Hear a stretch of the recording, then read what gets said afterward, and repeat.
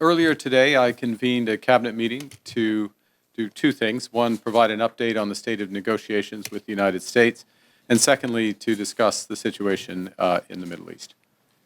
With respect to the first, the trade negotiations with the U.S., as you know, we're seeking the best deal for Canadians. We have not yet reached that deal. Negotiations will continue until we do. Minister LeBlanc and senior officials will remain in Washington in pursuit of that goal. The focus of our meeting was really the Middle East. The level of human suffering in Gaza is intolerable, and it's rapidly deteriorating. Des dizaines de milliers de Palestiniens ont été tués. Des milliers d'autres sont au bord de la famine. Le Canada condamne le fait que le gouvernement israélien a laissé la catastrophe se détériorer à Gaza. En tant que membre fondateur des Nations Unies et de l'OTAN, le Canada est parmi les premiers à défendre la paix et de la sécurité dans le monde. Nous avons le devoir de faire respecter les droits de la personne à l'international et de favoriser la paix et la sécurité au pays et à l'étranger. Earlier this week, the Minister of Foreign Affairs represented Canada at the UN high-level conference on a two-state solution in New York. In recent days, I've spoken with our allies, including President Macron, Prime Minister Starmer, President von der Leyen. I've also had a number of discussions with our ambassador to the United Nations, Bob Ray.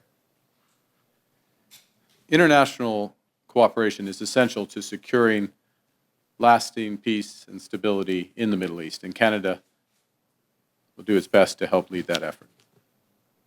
Canada has long been committed to a two-state solution, an independent, viable, and sovereign Palestinian state living side by side with the state of Israel in peace and security. For decades, it was hoped that this outcome would be achieved as part of a peace process built around a negotiated settlement between the Israeli government and the Palestinian Authority. Regrettably, this approach is no longer tenable. Prospects for a two-state solution have been steadily and gravely eroded, including by the pervasive threat of Hamas terrorism to Israel and its people, culminating in the heinous attack of October 7, 2023, and the terrorist organization Hamas's long-standing violent rejection of Israel's right to exist and its rejection of a two-state solution. The accelerated settlement building across the West Bank and East Jerusalem, all the while settler violence against Palestinians has soared, has also undermined the process, as have actions such as the E1 settlement plan and this month's vote by the Knesset calling for the annexation of the West Bank,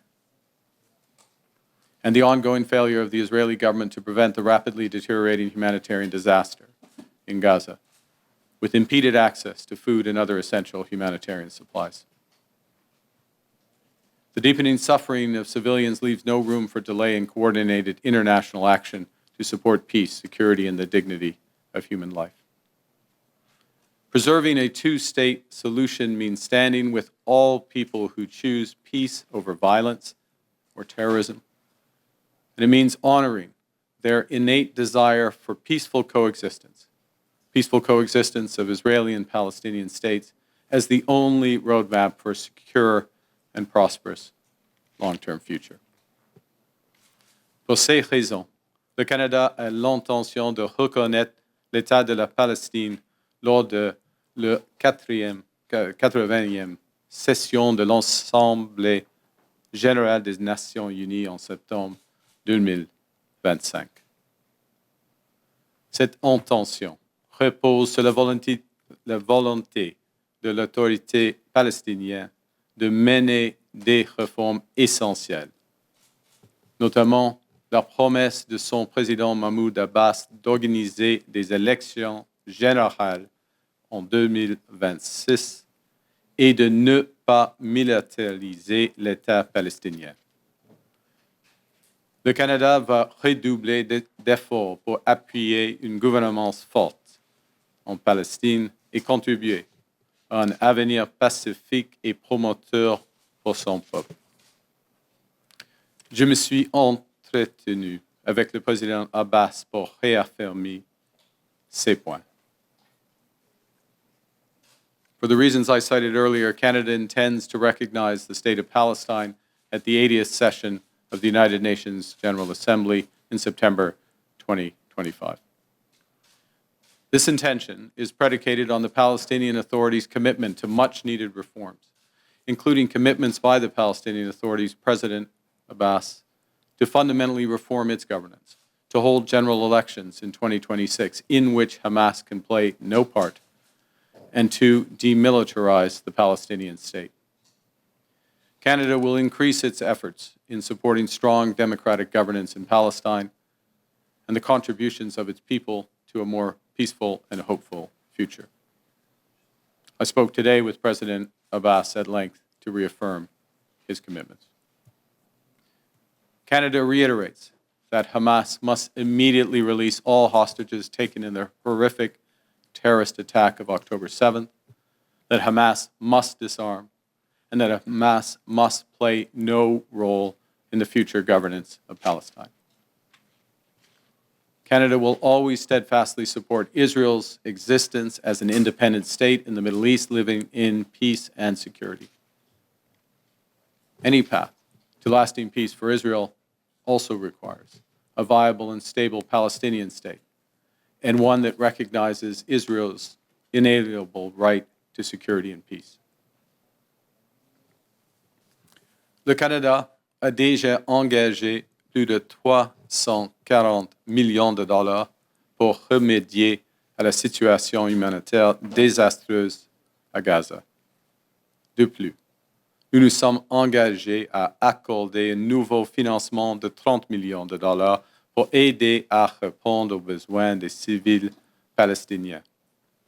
Nous fournissons aussi 10 millions de dollars de plus pour soutenir l'autorité palestinienne dans ses efforts de stabilisation et de gouvernance de la Cisjordanie. Nous travaillons avec nos alliés pour fournir une aide immédiate aux personnes qui ont désespérément besoin. Nous collaborons directement avec des partenaires comme la Jordanie afin d'acheminer l'aide aux populations dans les jours à venir. Et nous allons intensifier les efforts que nous déployons avec nos partenaires internationaux afin d'élaborer un plan de paix crédible. Ce plan établira des mécanismes de gouvernance et de sécurité pour la Palestine et garantira l'acheminement de l'aide humanitaire nécessaire à Gaza. Canada will be a constructive partner in building a just, meaningful, and lasting peace in the region, and a future that respects the dignity, security, and the aspirations of all Palestinians and Israelis. We say the devastation in the Middle East is deeply personal to many Canadians. Palestinian Canadians are watching as communities across Gaza face destruction and deprivation, and as communities in the West Bank are annexed. The heinous attacks of October 7th traumatized the Jewish people in Israel and here in Canada and around the world. With each day that the remaining hostages and the remains are not returned, families live in fear and grief. The rising anti-Semitism and words, actions, and violence, including against Jewish communities right here in Canada, is abhorrent. And it's why we're introducing legislation this fall that will make it a criminal offense to intentionally and willfully obstruct access to any place of worship, to schools and community centers. We will also invest in the physical protection of vulnerable communities and places of worship. Basic security is an inalienable right of every human being. We'll defend that right for every Canadian. The two-state solution Canada supports is built on the promise of Israelis and Palestinians living side by side in peace and security.